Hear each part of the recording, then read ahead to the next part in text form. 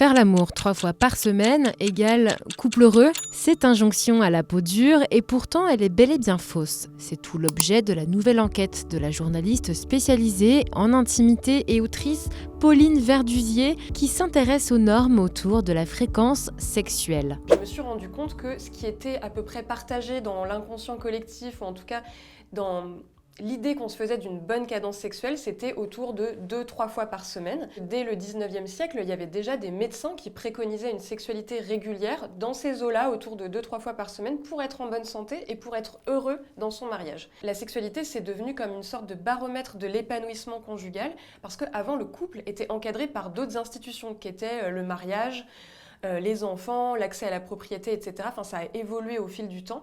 Et aujourd'hui, ce qui fait couple dans l'esprit des gens, c'est la cadence sexuelle, ou en tout cas, ça serait une sorte de maître étalon de votre épanouissement conjugal.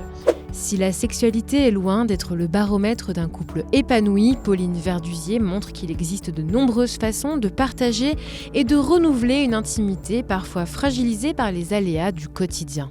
Moi, par exemple, je dis beaucoup qu'on devrait arrêter de compter le nombre de rapports sexuels, mais qu'on devrait plutôt compter le nombre de discussions profondes qu'on a ensemble, par exemple. À quelle fréquence on se parle sincèrement, les yeux dans les yeux, en étant honnête. À quelle fréquence on rit ensemble, à quelle fréquence on a plaisir à être ensemble. Tout le monde a sa définition de l'intimité.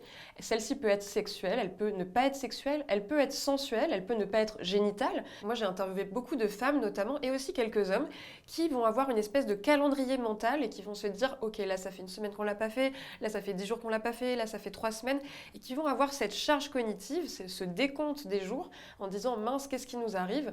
Il faut que j'y remédie ». Et donc, ça va passer par justement l'organisation de dates, etc. Ça, c'est beaucoup endossé par les femmes. C'est ce que montrent certaines sociologues comme Cécile Thomé qui parlent d'un travail en coulisses. Donc il y a les femmes qui vont préparer un rendez-vous, s'apprêter, s'épiler, etc. C'est tout un travail en fait très souvent féminin pour retrouver une sexualité. Je pense que dans cette forme justement d'autocontrainte et cette charge cognitive où on va se poser énormément de questions, c'est peu compatible avec le désir. Si on est empêtré dans le fait de penser tout le temps à l'autre et pas à soi et à ce qu'on doit faire dans le couple pour avoir un couple viable, on ne sait même plus ce que soi on désire vraiment.